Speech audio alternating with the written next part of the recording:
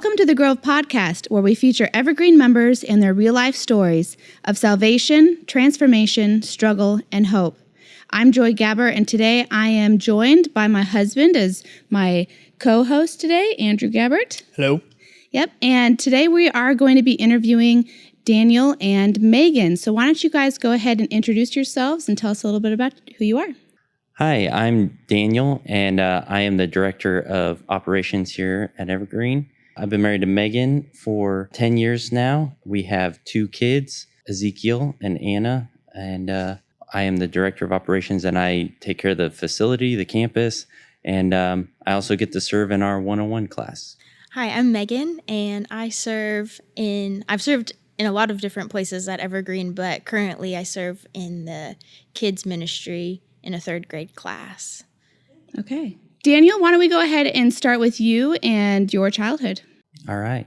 Well, I did not grow up here in Tulsa. I grew up in Colorado, and I was born there. My family was from there, and I grew up out in the country. We were a Christian family, and I was homeschooled. That was not always the plan, but I went to public school for 1st grade, just a little bit, and I was really struggling in school. So my mom felt the conviction from the Lord that she needed to homeschool me, just really helped me succeed in school. So she did that. And really that was a great thing for me because it really taught me to love learning. And she was able to build that fascination to be curious about things. And so I really succeeded in doing that. I had one younger brother, and we were both homeschooled. He's 4 years younger than me, so we got to do a lot of stuff together. And growing up out in the country, my parents integrated our learning with working around the house and around the property. So it was a very hands-on childhood. We were very close growing up together. And I would say it was a really good childhood. Our family got along well, like really no trauma from my childhood. But I would say that it also made my spiritual walk I don't know if too easy is the right way to put it, but it just wasn't deep because it was so straightforward. And we would go to church every Sunday, and I kind of developed this check the box mentality for my spiritual walk growing up. But overall, it was a great childhood, and so I loved getting to serve other people. And so that kind of contributed to kind of my purpose and goal in life. When I got to high school, I loved science. I ended up going to public high school because the public high school had science classes that could really teach me a lot, whereas my mom couldn't give me that at home. And so I pursued science, and then when I graduated high school, pursued that degree in college. I ended up out here because I went to John Brown University, and it was really kind of a God thing of me ending up there. At the time, I didn't really see it this way, but I just thought, hey, I really like that school. They've given me a good scholarship. I want to go there. And they had a good science program. So that's what drew me to this part of the country. But prior to going to college, I really saw I developed an identity, not in Christ, even though I had, from my understanding, accepted him at a young age, but my identity became in who I was in relation to other people and my grades and just in intelligence. And so it was kind of a pull myself up by my own bootstraps kind of mentality. And so even though I acknowledged God, I believed in God, I really thought that I was driving my life. And that's the attitude I went into college with. So when I got to JBU, it was the first semester really was a challenge for me, not because there were any major things happening, but suddenly I was out on my own, and I didn't have these guidelines of my parents really holding the reins for me, or really being the guardrails. And I began to see my own sinfulness for who I was. And I don't have a testimony where I did anything really crazy or made a lot of poor choices, but I began to see myself for who I really was. And I was having troubles with my friendships. I wasn't that good kid that I always thought I was. So God really revealed myself to me on those things. And then I also began to struggle with grades because college was not as easy as high school. And when I began to lose my identity, or that identity I had built began to crumble, that's when I realized, oh, I don't have a relationship with God like I thought I did. And so that's when I really humbled myself before God. And I have a distinct memory, driving out to this isolated place. There's a lake out there, and I just sat like crying before the Lord, just like, God, I can't do this on my own. And that identity really stripping away from me, and realizing I need to put my identity in Christ and give God the reins for my life. And so that's really when my Christian walk began. And after that, I really see a distinct difference in my life prior to that and afterwards, because I began to love reading scripture. I dove into the scripture more. I began to understand it more. And I just began to pursue God through prayer and journaling like I never had before. And so that was really where I met the Lord, and my spiritual walk began. I find that so interesting that when we, as you put it, when we put our identity in other things, the Lord's response is often, okay, try that out, see how that goes. Right. And typically I hear people have one of two responses. Either like you, they realize this isn't what I thought it was. I'm not who I thought I was. I can't do this. And hopefully they turn to the Lord. Or like I've done so many times, you lean harder into that, and you're just hitting your head against a brick wall trying to figure out, why is this not working for me? And then finally, for me at least, it just takes forever, but finally the Lord gets through my thick skull. Right. And says, well, Andrew, you're the problem here. Right. Well, and I think some of that had to do with my perfectionist tendency.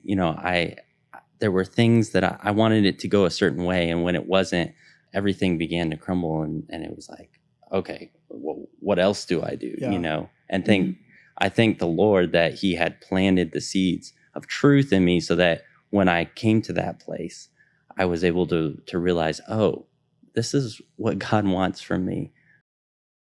Yeah. And I love that too, because you grew up in a Christian family. And so, like you said, those seeds were planted. And I think that's just an encouragement to parents of, our children's salvation is not in our control. However, the planting of seeds is.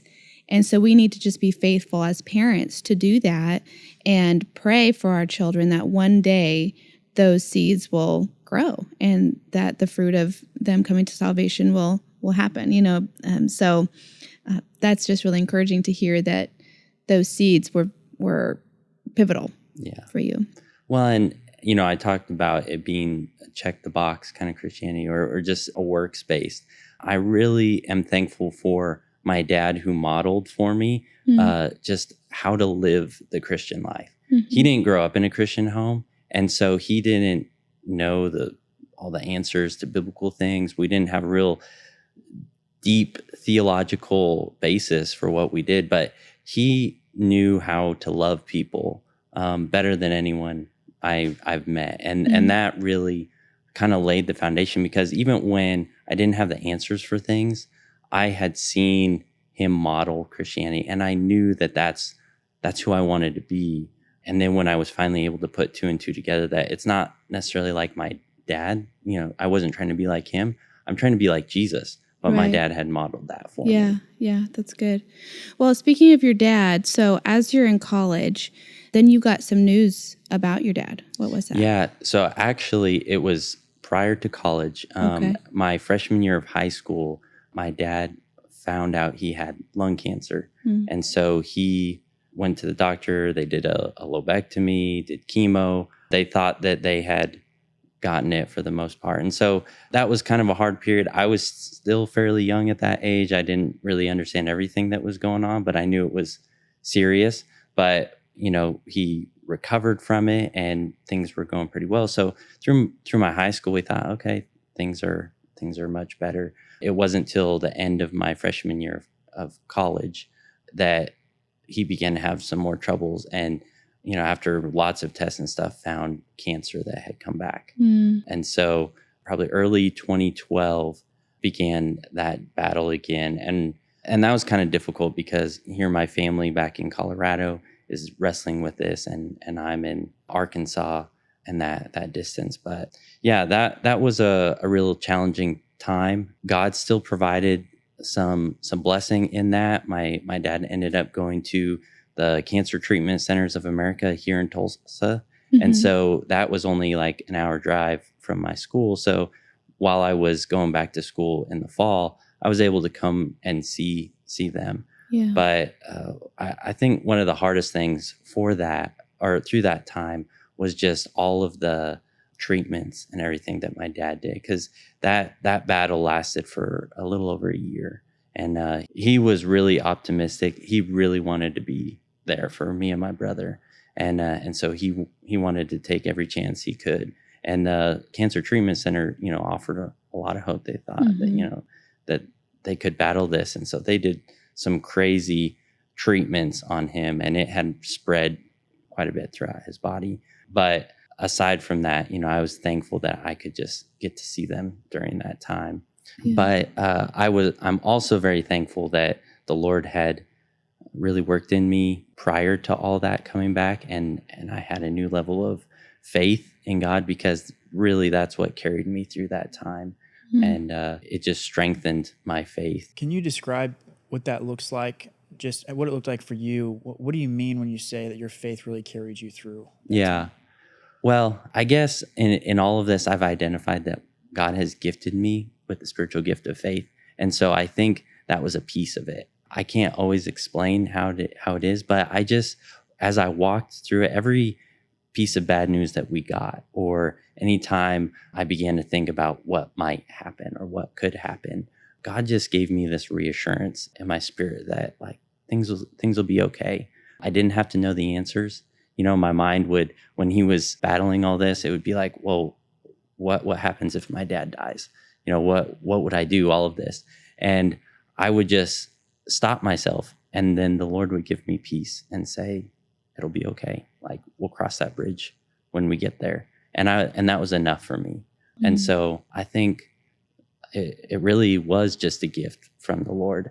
And to kind of carry that forward, when he was sick, we didn't know if he was going to die. It really wasn't until like after a year of him battling it that second time that things really began to, it really was more terminal. And so we knew it was coming to an end.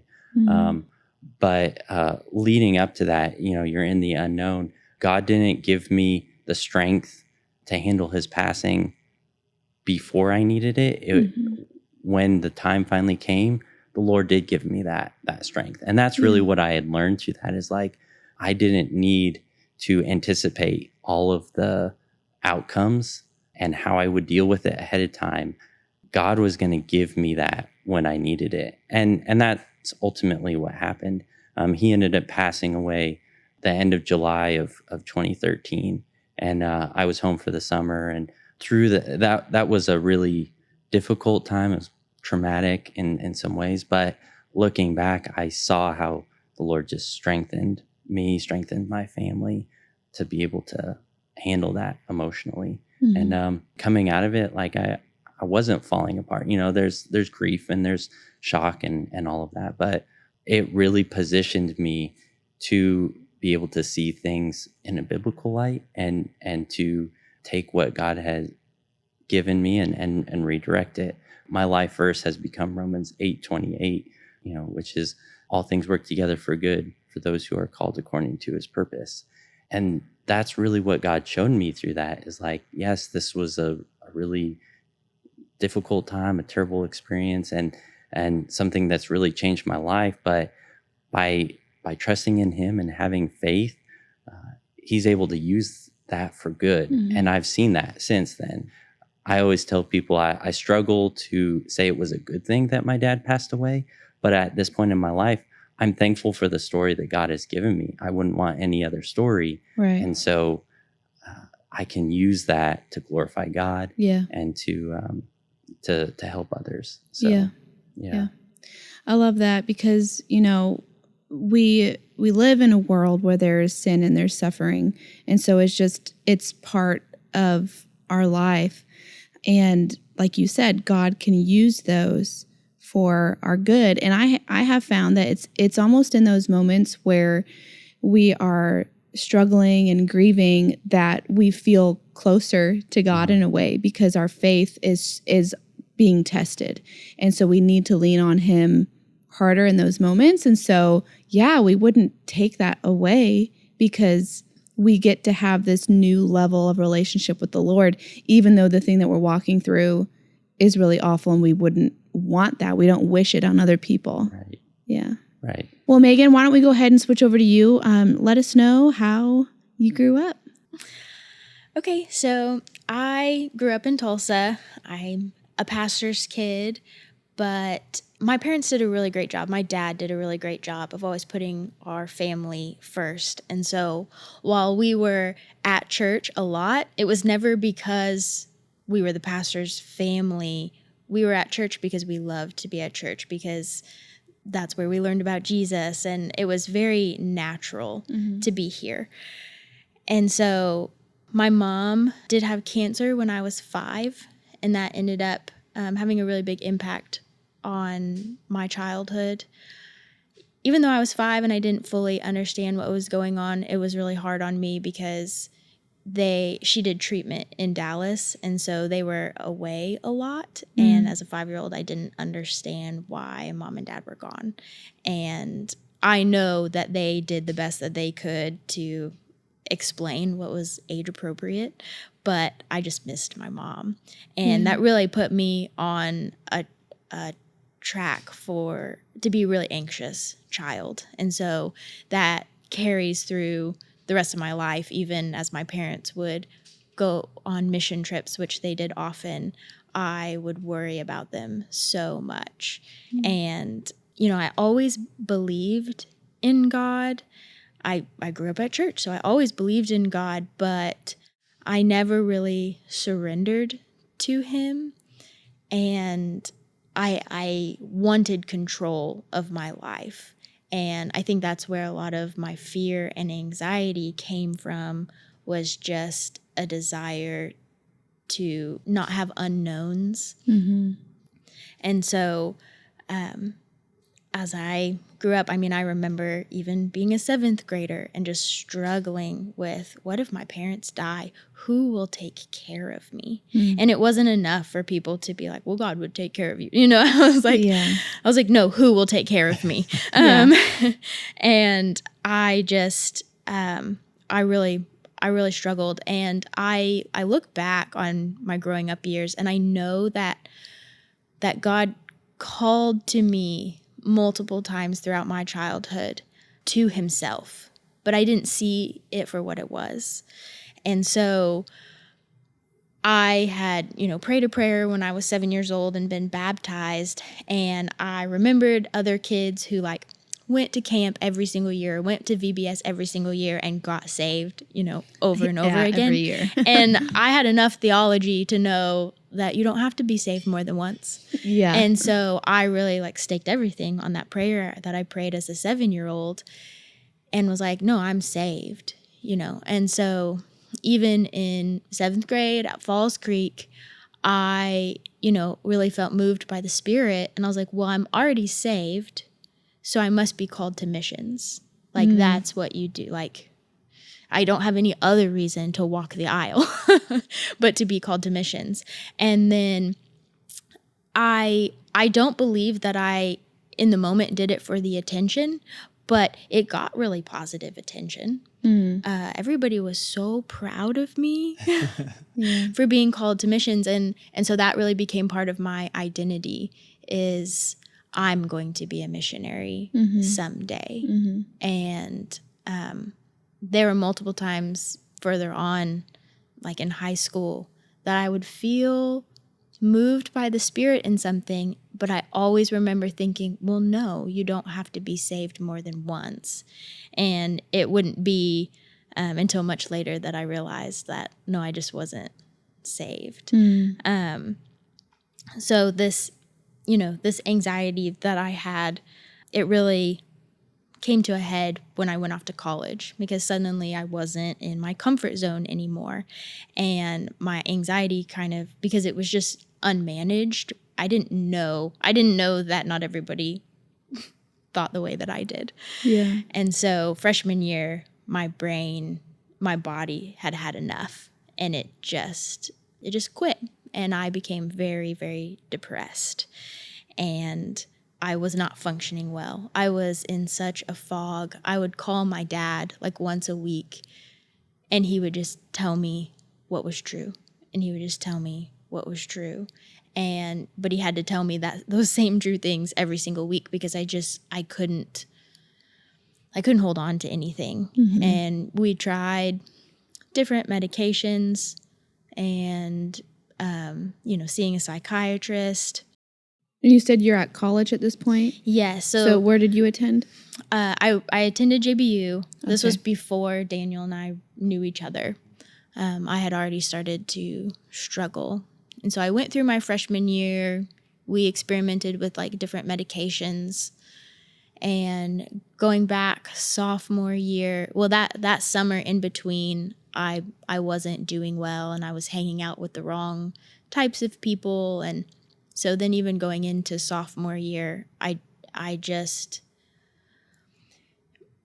didn't handle emotions well. And I couldn't think clearly, and I couldn't trust what I thought. But I really, I threw myself into school, and that was hard. Like Daniel, I had been a really good student in high school, and then college was harder. Yeah. And suddenly I couldn't think clearly either, and so that made it even harder. And I was a chemistry major, so try taking, organic chemistry, when you cannot even think for yourself. I don't want to take that with a sound mind. And so it was really hard, and I really struggled, and I had some friends who really watched out for me, but I ended up leaving JBU because I hit a point where I was like, I don't want to be a chemistry major. This is not what I want to do with my life. And the reason I had gone there was because I had a really nice science scholarship. And so if I wasn't going to do science, I didn't have my really nice science scholarship. And so I ended up leaving JBU at that point, and I came home, and I still was not doing well. I ended up spending a couple of weeks in an outpatient program in Dallas. But that was hard because I was away from home. I was staying with my sister, which was wonderful of her, but I just had a really hard time. So we tried that, but I really, looking back, I didn't stay long enough. And so I came back, and I just really continued to struggle. But my parents were incredibly supportive during that time, and they were doing whatever they could to help. Now, at this point, too, you are still convinced, and your family is convinced that you had accepted the Lord. And so what kind of spiritual guidance were they giving you? Was it confusing to you? How was it reading scripture? Oh yeah. I mean, I was in a place, I would try to read my Bible, and I would try and pray, but it really didn't make any sense to me. And at the time, we kind of attributed that to, well, you're really depressed. Just brain fog. It's hard to read a textbook. It's hard to read the Bible. It's just hard. Everything is hard. But looking back, I'm like, well, yeah, doing anything without the Holy Spirit.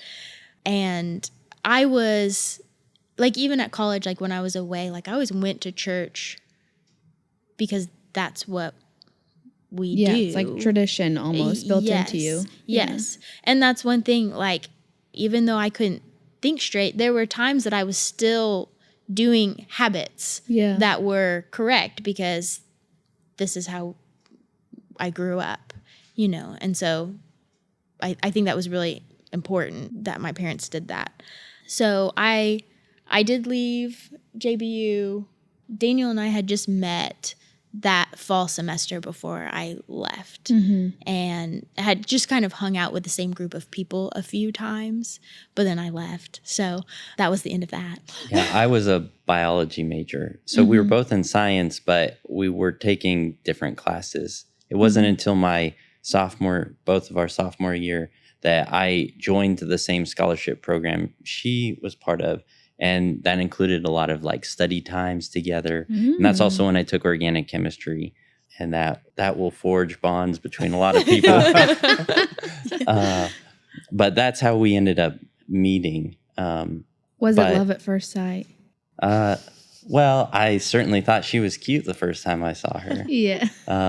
But she was dating somebody else when I really got started to know her. So I was like, well, I guess she's off limits. And then between the semesters is when she transferred out and disappeared. And I thought, oh, well, that's sad, you know.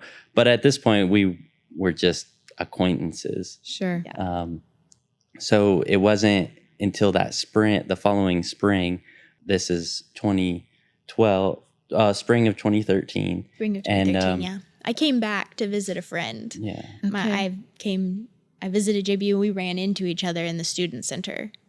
And we've always said we were unusually happy to see each other. Yeah, even though we hardly knew each other. Yeah, we hardly knew each other. Yeah. So that was kind of just a passing. And then finished that semester. I go home for the summer, and I'm working a ton that summer. I bought a vehicle and was trying to pay that off. And at this point, I just attribute it to the Holy Spirit. Like something prompted me to reach out to her on Facebook and see how she was doing. And was that the same summer that your dad passed away? It was. Okay. Yeah. So, you know, at that point, I don't know that we knew he was quite going to pass away, but he was pretty sick. But I guess I just recalled back to when I ran into her, and I thought I'd reach out. I didn't have intentions of trying to start something. I just was being friendly, but it really became like getting to know her a lot.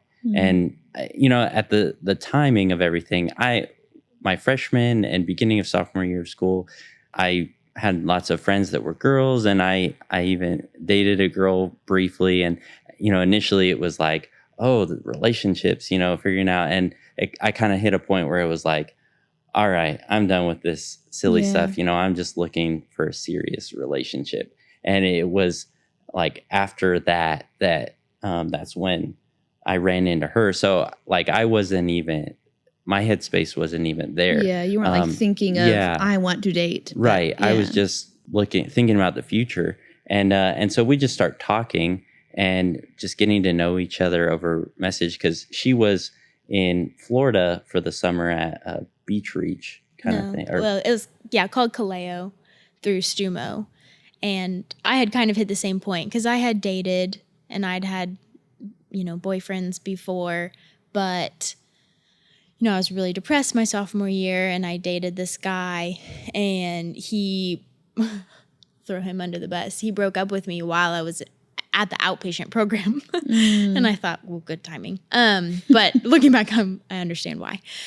And so when I was at Kaleo, I was surrounded suddenly by boys, and I thought, this is bad. This is not going to go well. And so when Daniel messaged me, I was like, he's states away. Like, he is a safe person to talk to keep me from talking to any other boy at this thing this summer. So we ended up messaging all summer long. Yeah. And it was really a great foundation for our relationship, because it was built on communication. I mean, we just were getting to know each other long distance. Yeah. And so we just were learning all about each other. And it really prevented the relationship from progressing too fast. And at this point, we weren't even dating, you know, we just you were just talking. Yeah. And so I went back to school that fall, and I'm like, well, I don't know where things are going to go with this. We'll just see. And then she messaged me one Saturday saying, hey, I'm coming to visit her friend that was still at JBU. And I guess you wanted to see if we could, you know, you just told me you were doing that. I just told you, because you had told me you were going camping. And I was like, oh, too bad. I'll be there. Yeah. And so I was like, oh, this is my chance. And so I came home early from that camping event, and I had asked her, I was like, hey, will you go on a date with me? And so we planned this whole date, and it ended up being like a 7 or 8 hour date. We went to dinner and then went to a movie and then ended up walking around the path at JBU. But what stood out about it was just how easy it was for us to talk together. And in particular, we just shared so many of the same dreams. She had this idea of living out in the country with animals, and I had grown up with that, and I kind of was hoping for that again too. And then, one of the distinctives was that she brought up her call to missions and feeling like one day she would be a missionary.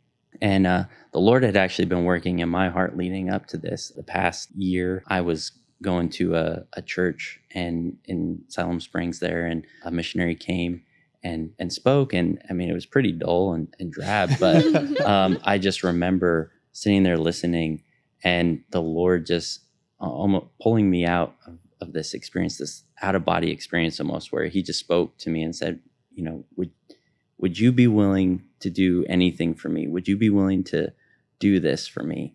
And in the moment, me just being like, well, yes, Lord, and I've only had an experience like that once later. And I know that was like the Lord speaking to me. And so I didn't know what that meant. I didn't know, it wasn't like this clear, like, go be a missionary, but he had really kind of opened that door to say, would you be willing? And so like I had been mulling on that, and then she brought it up, and I was like, actually, I've been thinking about that too. So it was funny on that first date, because we're like, oh, great, we'll each do go that our separate ways. Yeah. Yeah. So that's kind of how the relationship really started. And I don't know if you want to speak to any more of our dating. Well, so after our first date, we went on 2 more dates that month before he asked me to be his girlfriend, and which I thought was like the perfect moment for whatever reason to tell him, by the way, I'm super depressed. And he was like, well, it's a little late to take back the question now. Yeah.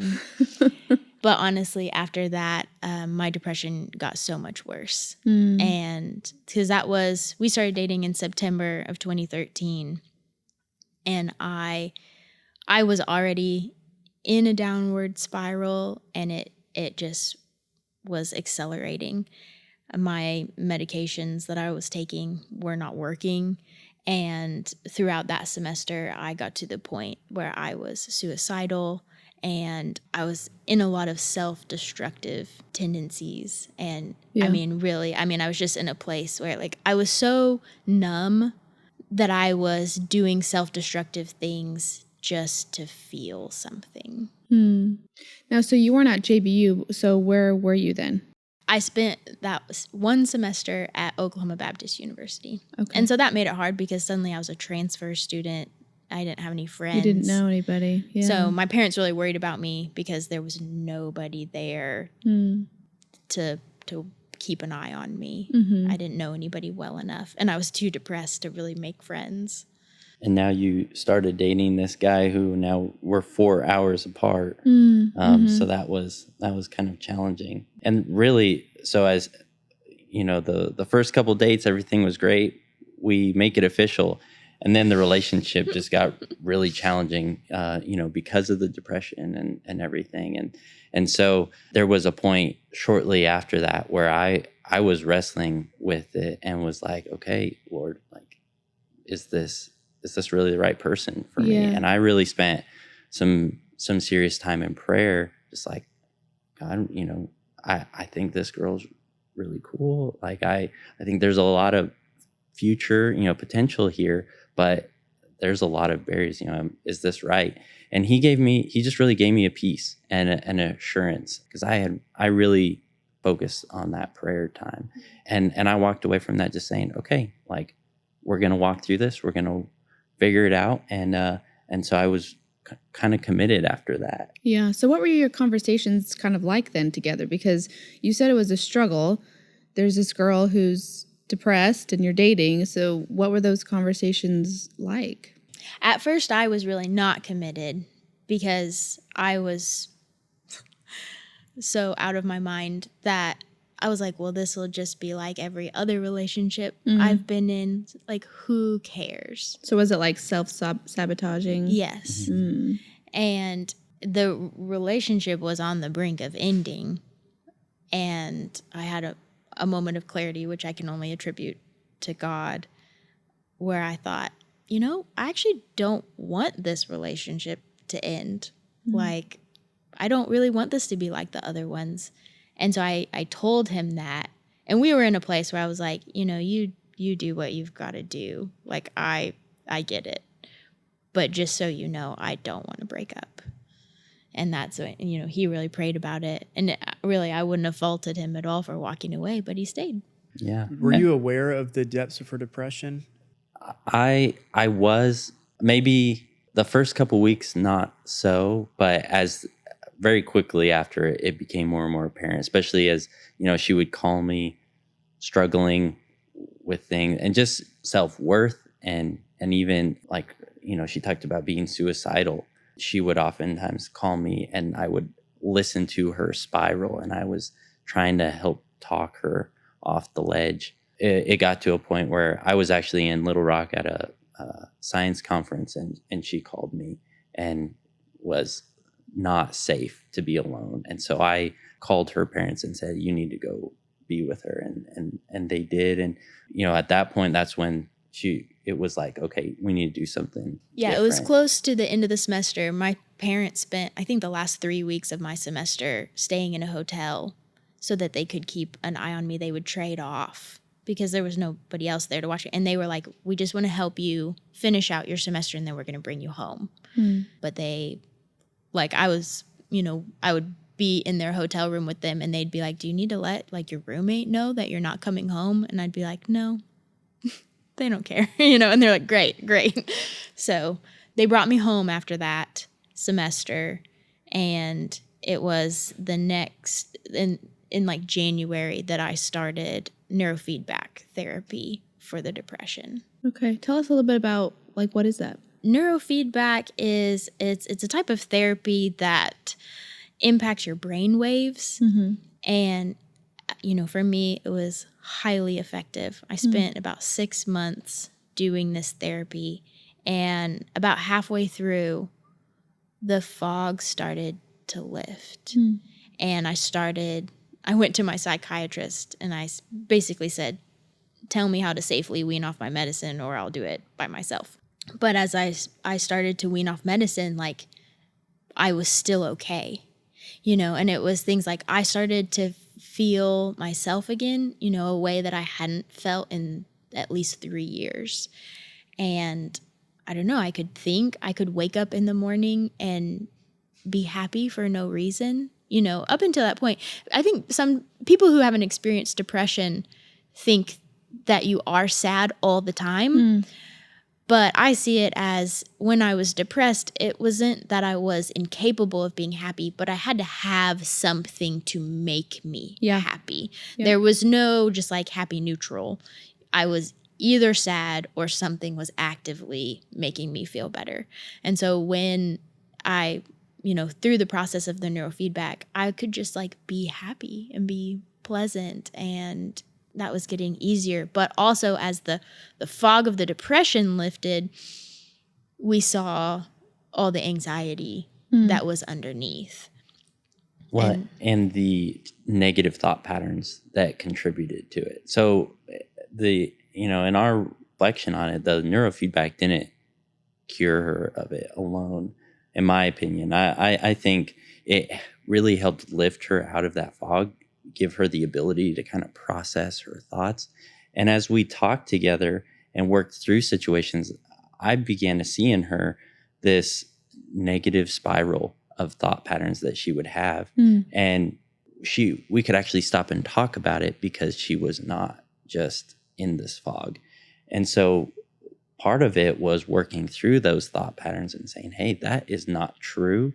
When you begin to think that way, you need to stop yourself. You need to take those thoughts captive.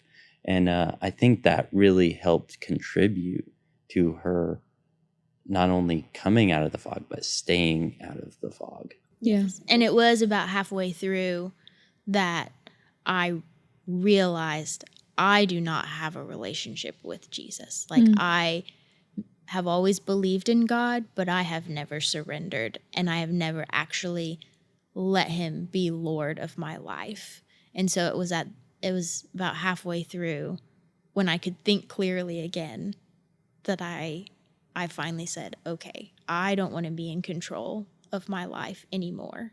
Mm-hmm. And that's when I prayed with my parents to receive Christ. Yeah. What was the reaction of people who believed you when you were a kid that you had accepted Christ and now saying, wait, I didn't do that? Everybody was just happy. You know, people worry that there will be judgment, but the thing is, true believers just want you to be a true believer. Right. And everybody was so happy. And my parents, after watching me struggle, my siblings, after watching me struggle for so many years, there was just relief and joy that, okay, part of this struggle has been that she was not saved, but now she is. And there was just a lot of celebration. Yeah. How did that affect your anxiety and depression, finally coming to Christ? So Daniel mentioned when we were talking about this the other night about before I got saved, he would speak truth to me, but it wouldn't go in. It just didn't connect. But afterwards, he was like, I could tell you the truth and you could take it in and say, oh, okay, that's what's true. And actually decide to live by it. And really from that moment on, I mean, that's when the Bible started to make sense. That's when I started to love to go to church. And it wasn't just, well, we go to church because that's the thing that we do. It was, I want to be there. I want to hear the sermons. I want to worship God. Like everything was more vibrant than it had ever been. Yeah. And I remember it being a big thing that I could read my Bible and actually get things out of it. Yeah.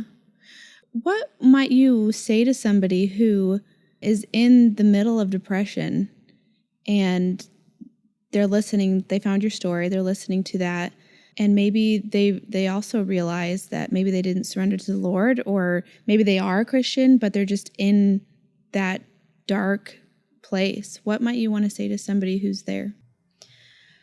One thing that I struggled with, I spent several months saying, well, I'm not sure I'm a Christian. I'm not sure that I'm saved. With people looking at me and saying, well, then why don't you just take care of it now? But I was really stuck on, well, no, I've already done that. No, you don't have to be saved more than once. And I really think that was the enemy. And looking back, it's like, it's that first step of faith. You make that decision. You take the step of faith of saying, okay, God, like, here's my life. Please take it. And then you receive the Holy Spirit. And it's at that point that things start to click. And so depression is hard. And, you know, there's situational depression and then there's clinical depression. And I'm thankful for the medications that I took that helped and what modern medicine can do. But without the Holy Spirit, I don't think I ever would have fully healed from that, or what would have kept me from falling back into it. And so if you're not sure that you're saved, well, then decide, become sure of it. And it's okay, if it is a surprise to people. They're just going to be happy for you. Yeah, that's good.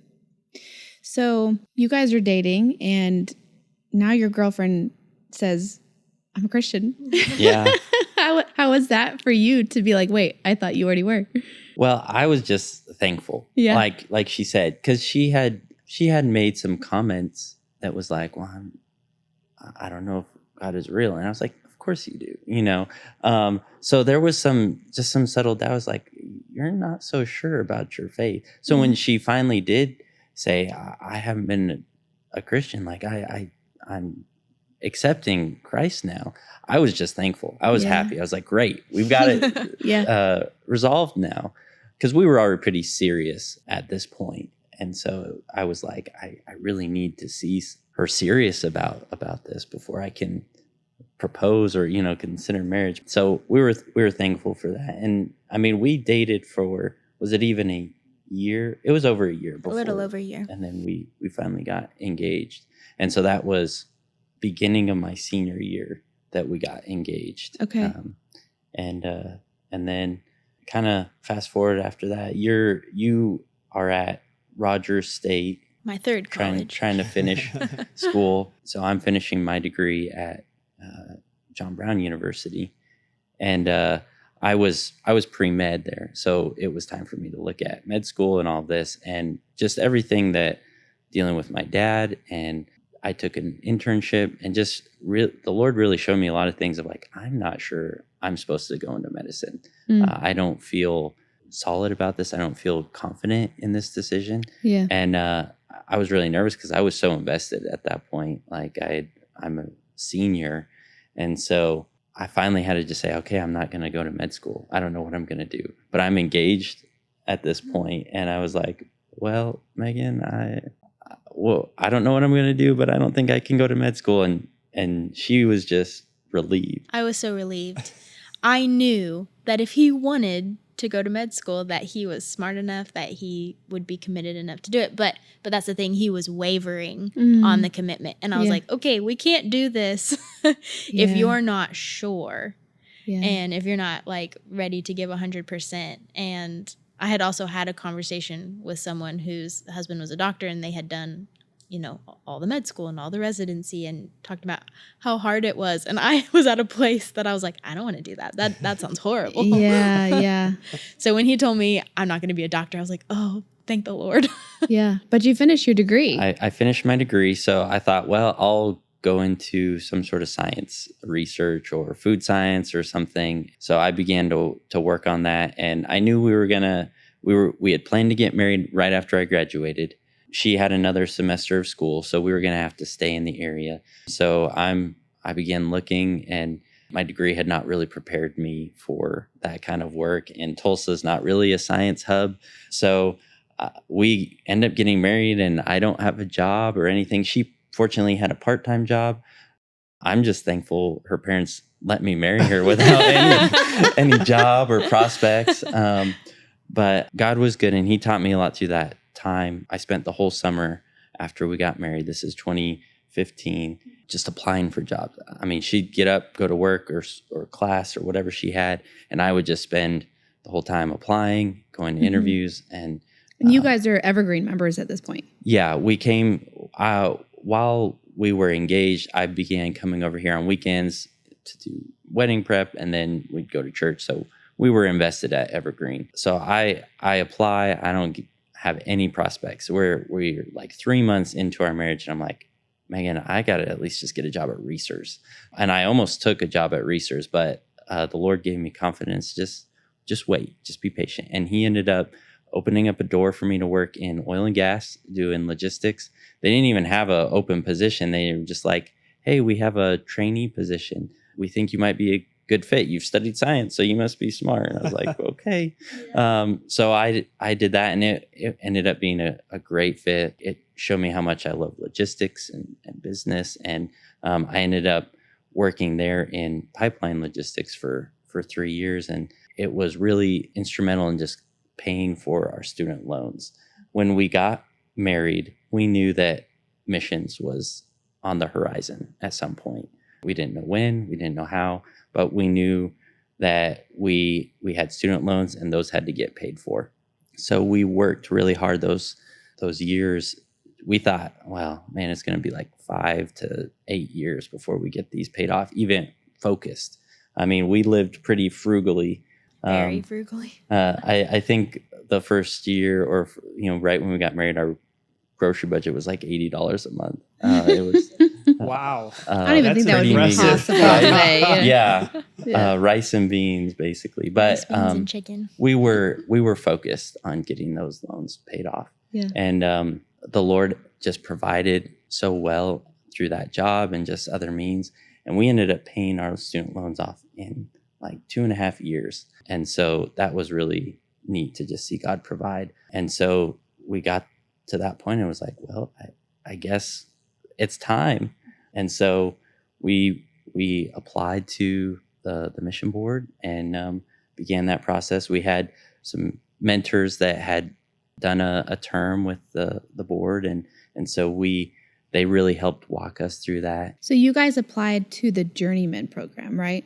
So Yes. what is the Journeyman program as opposed to like career missions? The Journeyman program, we love it. It's a 2-year term. It's a little bit shorter. It's for, I think it's like 21 to 29 years old. They had made it, originally you had to be single, but then they allowed young married couples as long as you didn't have kids. Okay. And so I remember being terrified that we would get pregnant and then, not be able to go on the mission field. But we thought with Journeyman, you don't have to have any seminary hours. Mm-hmm. So that it was a great place for us to start. Yeah. So what was that process like for you guys? It took about a year Yeah. to fill out the application because there's, it's not just an application. It's also health, medical things, and there's a lot to it. They want to know every detail about your entire life. Yeah, it starts with just like a questionnaire, like a really long questionnaire. You answer all these things, and depending on how you answer it, they ask more questions. Uh-huh. And they really want to know, like, what have you struggled with? So with Right. her history of depression, we really had to dig into that. And they wanted to know, like, she was in a healthy place. Yeah, I had to prove, like, I'm off medication. I am well now. And obviously, like, that's not the common story, to like struggle so immensely with something and then not. Yeah. And I mean, I'm really thankful for neurofeedback, but that's not a well-known therapy. And so I felt like it took a lot of convincing. Yeah. But I also feel like that that can be good for, I don't think, all missions sending organizations need to do that, but the International Mission Board, they really want to make sure that they're sending healthy people Yes. that they can help support you and what ways they need to support you. So it's not that they wouldn't send somebody with depression, but they want to know what they're getting into. Yes. And they don't want to send you somewhere where they're not going to have resources. And so I think that it's good for them to be so diligent in knowing what's going on, what are the health concerns, what are the mental concerns, and how can we assist you and join you in this missions of going overseas. Yeah, we would definitely agree. I think at the time it feels like an inconvenience because you're just so excited to get on the mission field. But having been on the mission field now and looking back, it's so necessary. Yeah. Everything they do, and they've been doing it a long time. They know what they're doing. Yeah. And now we look at it with a lot of appreciation Sure. for their process. What may be a hint of a problem before you go? You think, would just oh, be it's no big amplified. deal. It becomes a huge problem on the Yeah. mission field. Yeah. But then as part of the process, you guys eventually get to a point where you have to kind of decide where you might want to go. Yes. So where did you guys land? So the process, it was about, 5 months after we started the application. They invited us out to Richmond, and there's interviews and all that. But part of that, and this process changes. It has changed. But when we went, they basically gave us this book of all the opportunities around the world, and we were given like 24 hours to narrow to it down. pick 3. And we're like, oh, okay. And we were open to just go anywhere. We were like, Lord, wherever you would have us go. And I had been to China as a kid. My family went. We had Asian friends, and they took us to China with them. And that was just a cool experience. But I had been to Thailand. But I had been to Thailand on a missions trip and Mexico. And so, we had some varied experience. So when we went, we really focused on the job descriptions themselves, but it was a lot to sift through. Yeah. And we were focused on discipleship. We really felt like the Lord wanted us to do more discipleship with younger students or that kind of thing. So that when we kind of narrowed it down, we didn't even look at location. We just looked at descriptions, and then we started making a list. We had like 21 different jobs, and as we narrowed it down, we got down to 9 jobs, and then we looked at it, and I was like, all of these jobs are in China. All so in that moment, we're like, guess we're going to China then. Yeah. It's really interesting because we knew other people that was like their top 3 choices were in 3 different continents, but here we were like, okay, we're at least going to China, even if we don't know where in China. Yeah.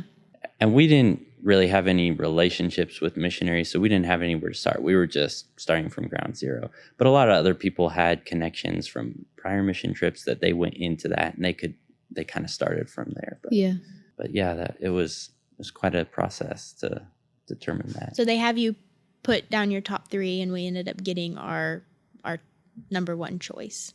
And so that was like February or March I think February 2018. And so we went to training later July. July. And at the time, training was like 8 weeks long. Yeah. And then it's like 2 weeks after training that you leave. Yes, it was. It was about 2 weeks, and we left for China in September of 2018. All right. So now we are overseas. We're in China. And tell me about that ministry, because you guys had to start like language learning. And what was that ministry kind of like for you guys? Yeah. I mean, you first get off the plane and it's kind of a blur, and then it's honeymoon and you're like, oh, new culture, we're learning all these things and it's exciting. And then you get about a month or 2 in, and then reality hits. And especially in China, the culture is just so different from here. That's where things we don't even realize that are culture to us and natural begin to be highlighted when they clash with the other culture. And that's the culture shock that they talk about. And so some of those things for us was being put on display. Everywhere we would go, because there weren't hardly any Westerners in our city. And so everywhere we would go, we were being pointed out.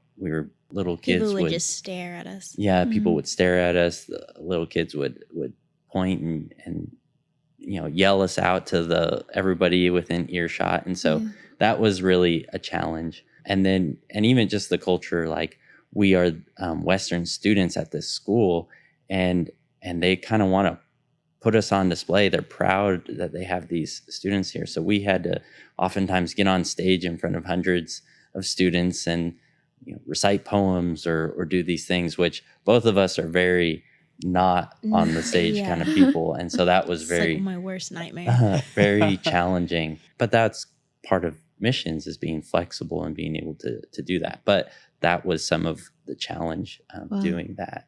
Because that was our platform, is that we were students at a university. Okay. And so our goal was connect with students, share the gospel. Mm-hmm. And we were students. We would go to a class. We were learning Chinese, and we were with other international students. Most of them were from Mongolia or Thailand. Mm-hmm. There were some Pakistan students there too. So were you, like, as the missions side of it, were you getting relationships with the students and discipling them, or were you joining up with, like, what us Westerners think of the underground church and discipling people there? What were you doing as the mission side of it? We really had almost no contact with the local church because it was not safe for both of us, just because of how China views religion. So our goal was pretty much just evangelism, and at that it was basically one-on-one. Like there were no large activities where we could share the gospel or anything. It was right as we were arriving in China was starting to clamp down on all that type of activity. In previous decades, they had been more bold, and you could have a party and share a gospel, have a gospel presentation to the whole room. Mm-hmm. But when we were getting there, our team was like, one-on-one. You're pretty much limited to one-on-one conversations. Wow. And even at that, it's not like you just walk up to somebody and say, hey, do you know Jesus? Right. Right. Because they might report you. Talk about that. What did that process of relationship building look like in order to be able to get to the point where you can now share the gospel? Well, it was very relationship based, which was good in a way. I mean, it's much slower and it's much more tedious, but at the same time, it's much more authentic. Yeah. And I mean, in reality, I think it's a very natural way to be an example for Christ. So it did look a lot like, let me get to know you. Let's learn about each other. What do you believe? What do I believe? You know, and that's especially in that culture. And when you have two different cultures, like they really just want to learn about American culture. And so it was easy for me to ask the question like, well, what do you believe about reality or where we came from or religion? And so then naturally they ask you, what do you believe? And so it gives the opportunity. And in reality, like that was legal. Like China, you can't proselytize, but if somebody asks you, you can share that. And so that was our approach, was build relationships. Now, the challenge we had to face was those who were genuinely interested in truth and knowing us, and those who just wanted an English wanted a white practice. friend. Yeah, wanted a white friend. And so that's where we really had to learn discernment and to say like, okay, because there's thousands of students. Yeah, there was like 40,000 so students at this university. Yeah. And so it's like, who are we going to reach? We need to reach those who are sensitive and that the Spirit is preparing. And so discerning who really wanted to learn and to know versus who's just wanting to have a token Westerner. Now, so when you guys went on the mission field, you're still newlyweds-ish. You've been married you're not like 10 years in or anything. You're still kind of new to being married. And now you're in a different culture. You both are going to school. You're both learning a new language. You're both trying to be missionaries. What kind of toll did it take on your marriage? That was really difficult to have the exact same role. And so I remember, I guess you could call it an argument, having kind of an intense discussion at some point of, well, who's going to do the dishes?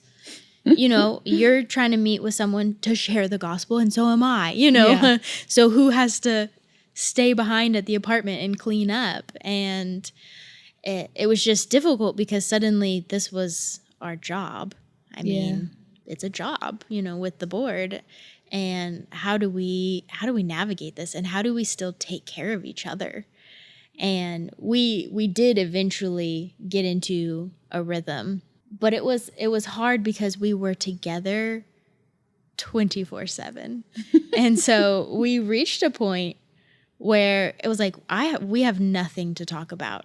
How was your day? Oh, well, you were with me the entire time. How was, there was nothing to say. Well, Megan's love language is quality time. And so before this, I thought, will she ever have too much of my time? Like, I thought she could just be with me constantly and never have enough. Finally, and in China, I said, I'm tired of you. I was like, please go do something else.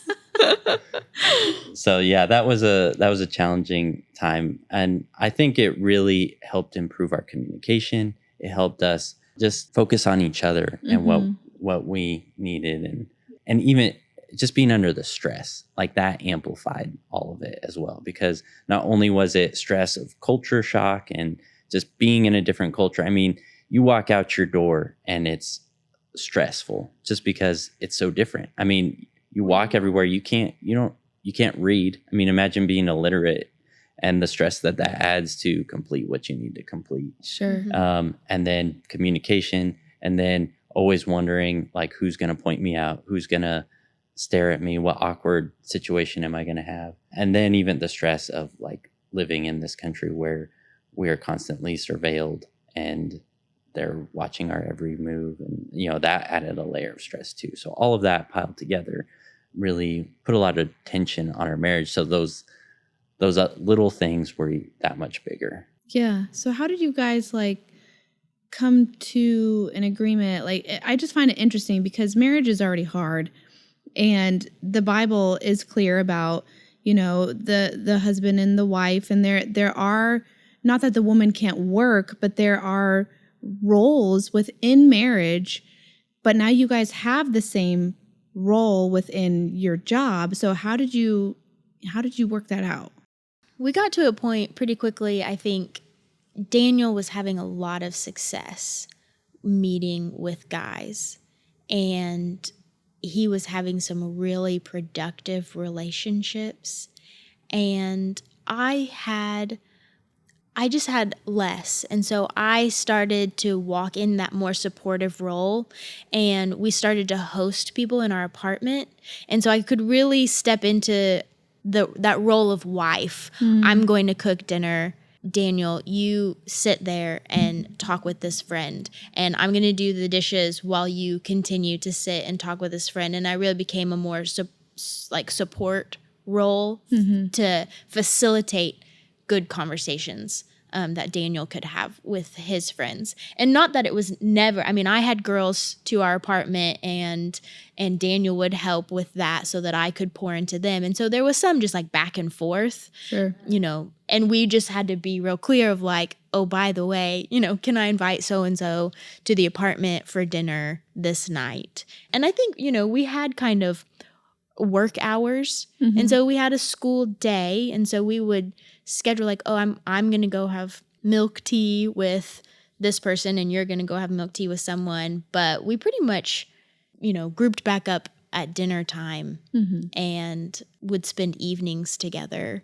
We did spend daytimes together, but that was one part of that was hard, is just the constantly changing schedule. Yeah. Well, and the other piece was, I think there was the spiritual aspect to it too, because for one, we didn't have a church we could go to. So our church was a group of us Westerners that would get together on Sunday and kind of take turns preparing a lesson. We'd worship together. I mean, it was essentially a house church, but there was 9 adults.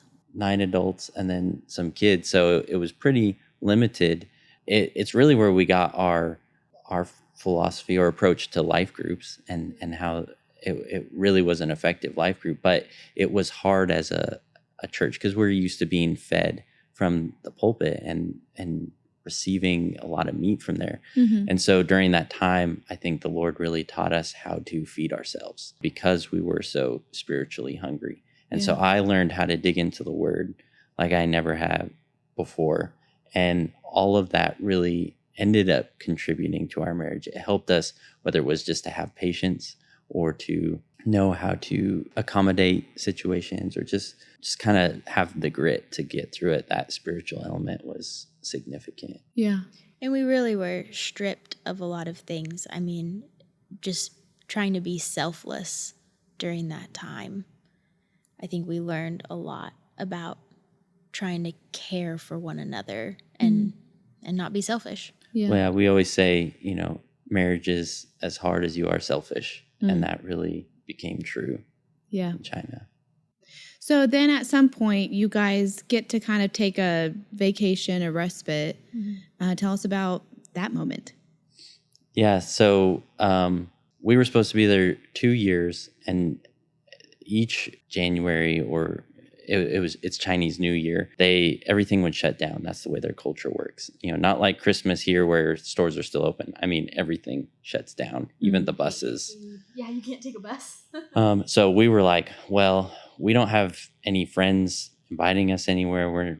Let's plan a vacation and get out of here. And so we found some good tickets to Europe. So we were like, hey, let's make this happen. So it's January of 2020, and we leave. We're preparing to leave, and we start to hear about this illness that's kind of going around in a city just a little ways away.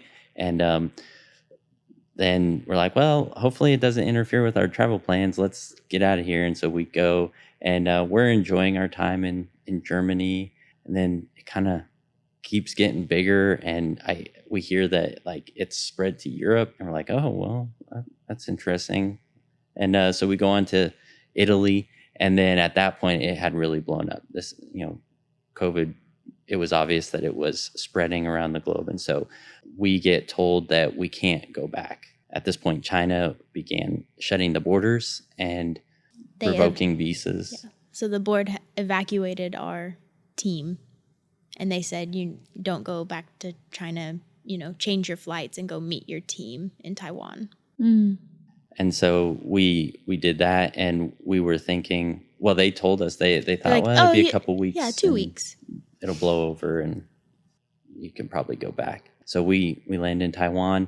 We were in Germany, which is it's Cold. winter time, and so we had packed all of our winter clothes and we fly to Taiwan. So now we're on a tropical island with a Suitcase full of winter clothes. Yeah, we had a carry-on suitcase each. So we're like, well, let's see how we can manage for a couple weeks. Because we're going to go back. Yeah, I think we bought some tennis shoes or something. And then 2 weeks turns into 3 weeks, turns into an unknown amount of time. And so they had an apartment in Taiwan that they put a bunch of us in that was mostly unfurnished. And so we're just like getting by. And then we end up sharing an apartment with another couple for what ends up being 7 weeks.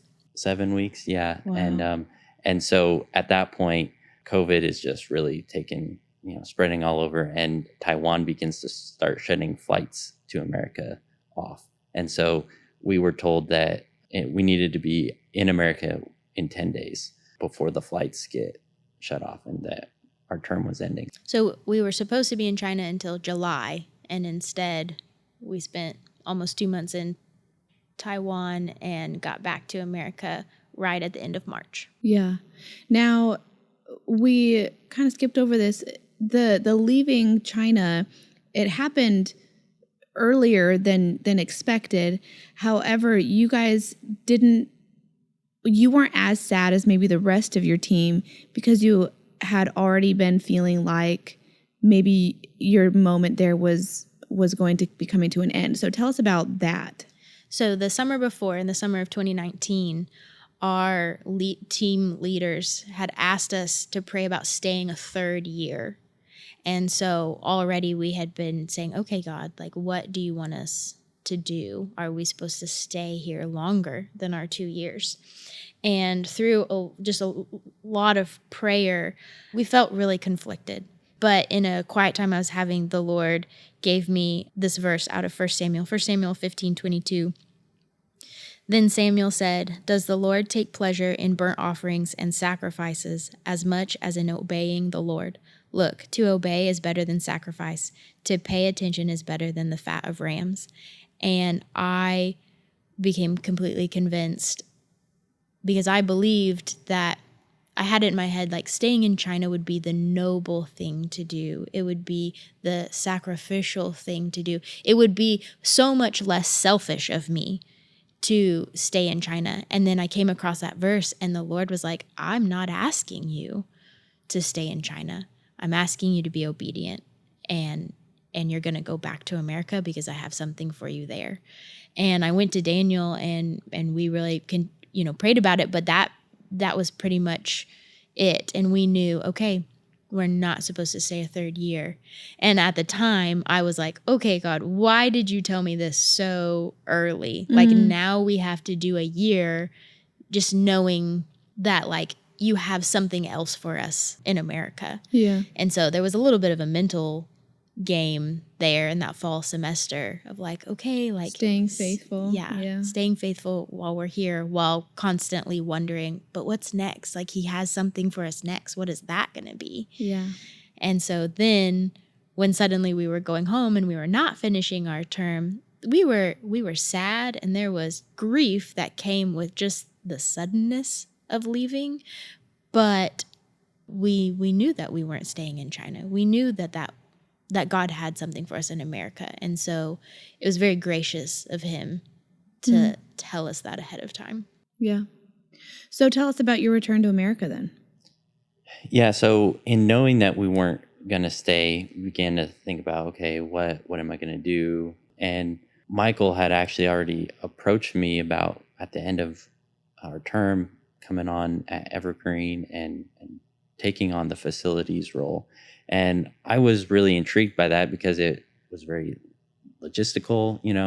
I had a lot of experience working with my hands and stuff. And after the struggles we had in China, I was like, I think that's the end of ministry for me. I just didn't really feel equipped. At the time, I didn't feel like it was what God had really called us to. Yeah, when we got back, he was like, well, that was that. The door's closed on missions. We did missions. That's done. Check the box. And so I thought, perfect, role at a church. I'll still get to have an active role in ministry and discipling others, but the vocational ministry in my mind, I guess, was like that was all. And so I was like, this will be a great fit, rather than going into the secular workplace. And so I took the role. Well, we ended up speeding it up because of our early return. And that ended up working out. And actually, like, God really provided for us through that return. We ended up staying in a mission house for a couple months. It was just very gracious of a church to allow us to do that. And that worked out. And before we had even gotten out of quarantine, we had to quarantine for 2 weeks. We had already arranged, we had gotten pre-approved for a loan. We didn't know that we were going to even be able to buy a house. We thought, oh, we'll have to rent, do all that.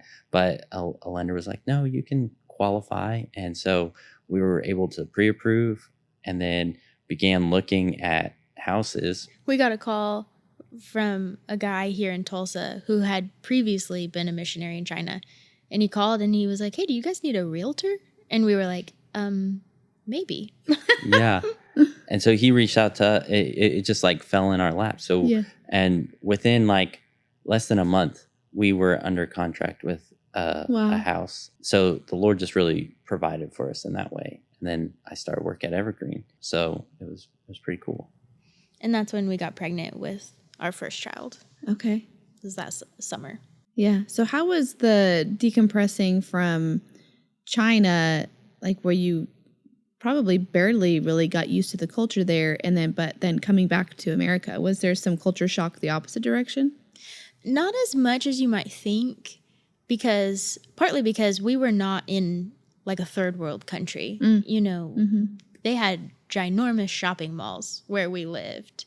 And so, you hear from other missionaries like, well, I came back and I just stood in Walmart overwhelmed by the options. Sure. But that was not part of our experience because just where we live. I mean, we lived in a city of 1.5 million people. Yeah. So I think there was just, I don't think it was as hard for us. The hardest part probably would just be like, we were so ministry focused, so mission focused. And then coming back to the American dream being all around us and just learning to have patience with people again and being like, why is that important? Why do you think that's so important? And that was probably the biggest piece of reverse culture shock that we had. Okay, so you guys, this is 2020, and now you're pregnant with Zeke. But then in 2021, Daniel, you get COVID. Yeah.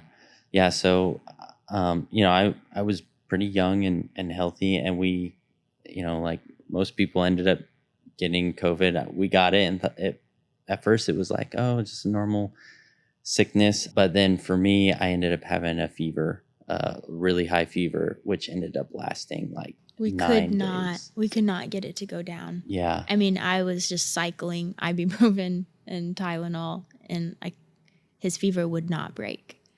And I'm like, I don't know, 30 weeks pregnant. And for me, COVID, I mean, it was just like a sniffle. Mm-hmm. It barely bothered me, but yeah. So that we're 9 days of me at home, just terrible fever, and it just continues to get worse and worse. I think after like 6 days, I called an ambulance, and they came and they looked him over, and they said, "You're not sick enough. The hospital's not going to take you," and they sent him back inside. And I was like, okay. So I continued to take care of him. I mean, his breathing was getting to the point he would sleep on the floor because to be in the soft bed would just like compress his lungs even further, and he couldn't manage it. And so he would sleep on the floor, and me at 30 weeks pregnant, I would sleep next to him, but not really sleep because his breathing was... You're listening. Yeah. I was listening to his breathing the whole time, and nighttime was just awful. It was just a nightmare every single night because I at some point I was like, he's going to stop breathing. I mean, he's not going to be able to breathe anymore. And his fever was just so bad. And his whole body would just be on fire, but he'd want to be under a blanket because he was like freezing. Mm-hmm. And he couldn't barely sleep because he couldn't breathe. Mm-hmm. And so, you know, I some of that time I'm like, I don't remember sleeping. I don't remember eating. Like, it's just all the memories are of me just like watching him and being powerless to do much, but just trying to take care of him. And I'm incredibly thankful for some people in our church. Martha Meeks, she had had COVID. And so she was, I guess, safe, you know, from getting it. And she came over because I was so exhausted and I had not slept in so many days that she came one night to watch Daniel so that I could get some sleep. Mm. But she ended up coming and waking me up in the middle of the night. And she had FaceTimed her son, who is a paramedic. And he said, he has to go to the hospital. He's going to die. And so she came and she woke me up. We called an ambulance. They finally did take him this time because his condition was just so severe. I was hallucinating and not coherent. And your oxygen had dropped. And we had one of those oximeter, you know, things on his finger, and it had dropped into the 80s, I think, and it was pretty low. But of course, this is COVID time, so they take him to the hospital, but I'm not allowed to be with him. I'm not allowed to go. Mm. And he ends up spending 6 days in the ICU. No, I spent 3 days in the ICU and then 3 days in recovery. Mm. But the first 2 days, I just tanked, and they were trying everything. And you know, Megan's on the outside; she has no idea what's going on. But I'm working with the doctors to get treatment. And I remember, like, prior to me going into the hospital, and you know, I had heard all these things about COVID. I was worried about like the future, like if I was gonna make it or not. And I remember just praying, like, Lord, please let me be around. You know, please let me raise my child, take care of my wife. And I remember the moment I got into the hospital, and then they wheeled me up to a room, just having peace, knowing that the Lord was going to take care of me and that things were fine. And I just remember in that, like, having peace. The guy who wheeled me up to my room, in my half hallucinated state, I was like, you know about Jesus? Because of that peace, I was able to just talk about that. Yeah. And so that was really cool. But, you know, I end up in the ICU, and they put me on the BiPAP, which is not quite the ventilator. And I just, overnight, all of a sudden, I turned a corner and I began to improve. And shortly after that, I was getting wrapped up to head out of the ICU. The doctor looked at me and he was like, I didn't think you were going to make it. So that was really significant, because in that time, that was just a reminder from the Lord that my life has purpose, and he has a purpose for me here. And that I needed to make every moment count. And when my dad passed away, the Lord had really spoke to me in that. And it's like, look, you don't know how many years you're promised. So what are you going to do with it? And that's when I really got serious about serving him and serving the Lord. And so COVID really was a reminder for me of like, hey, remember, like, you're here for a reason. Don't waste it. And so in a way, I'm thankful for that, because that's always a reminder for me. Sure. But I know for Megan, it was a lot more difficult. Yeah, for me, it was an incredibly traumatic time, because I thought that he was going to die and that I was going to have our first child alone. And just the stress of not sleeping. And then, you know, he gets out of the hospital. He's been out of the hospital 5 or 6 weeks, and Zeke ends up coming 3 weeks early. And I really, really struggled during that time. And had a lot of like trauma responses, like triggers that I had to work through, really struggled emotionally. And it took me over a year to really process everything that had happened. Yeah. So there's a lot more to your story because of having anxiety. It comes back sometimes. Like when things like this happen, I'm sure it came back and you had to once again deal with that and surrender the control of what's going to happen in life and my husband's health. So we're going to have to wrap up, though, and come to an end. And so just a reminder to our people of Evergreen, when you hear somebody's story, you never hear the whole thing, and there's always a lot more. And so if you feel connected, you just need to reach out to those people, and you want to hear more detail and get to know that person in real life, because there's more details that we cannot fit into a podcast. And so as we close, I just want to ask you, what might you want to say to somebody who feels a call to missions? And like you guys have modeled and shown us in your story, missions is a life of surrender. It's a life of putting your own desires on hold, and it's not easy. It's not glamorous. So what might you want to say to somebody who's like, oh, I want to go on missions because that's just like, that's being a super Christian, and that's what God's told me what I need to do?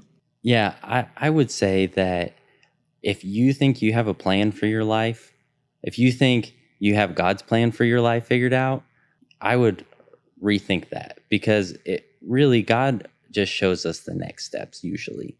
And for us, I feel like it was just a constant obedience to what is next. You know, he would oftentimes kind of foreshadow things, but usually it was just this, okay, God, what do you have for us now? And there's so much peace that comes from that, because I don't have to figure out how to get there. I don't have to always know the answers. It's just surrendering my will, surrendering what I want, and just saying, okay, what do you want for me now? And I think that's the biggest thing, because even in whether it's the passing of my dad or any of that, like just trusting that God has it worked out and listening for where he wants us to go. And being obedient one step at a time. I think we've learned that I don't want to know 10 steps down the road. I only want to know the next step, and that's all I need to know. Mm-hmm. And as you are faithful and to be obedient in each step, he will also be faithful to show you what's next. Yeah. And with there being more to your story to be told, I know that you guys still have a desire to be involved with missions in some capacity. And so that would be something wonderful for people to ask you about and to find out, what does that mean? If you're saying cool down, don't get 10 steps ahead, but you still have this desire, how do you wait and not get the 10 steps ahead? Yeah, I mean, there are always ways that we can put into practice those things that we feel like God is calling us to do. So if you do feel like God is calling you to missions, well, how are you being missional now? How are you reaching the lost? How are you caring for those next to you? Because you go overseas, they're people just like us. They've got lives and they're busy. So it's not like things magically change. So what are you doing now to prepare you? You know, even in marriage, I recall before I was married thinking like, how could I be a good husband? Even before I was dating anybody. And I remember that coming into play when I got married. And so just always thinking about, how can I prepare myself for what might be ahead? Yeah. Because like, I think about it too, for missions as the end goal, why would God send you to go tell people about God in a different country if you're not doing it now where you are? Right. So I think that's a good word for people to not get 10 steps ahead, but also be preparing for what God might have for you, and don't just be sitting on your hands waiting for that thing to happen. Right. Yeah. We know that we are supposed to be serving wherever we are. And so don't be sitting on your hands while you're waiting. Be serving where you are. That's good. Well, thank you guys so much for meeting with us and telling us a part of your story.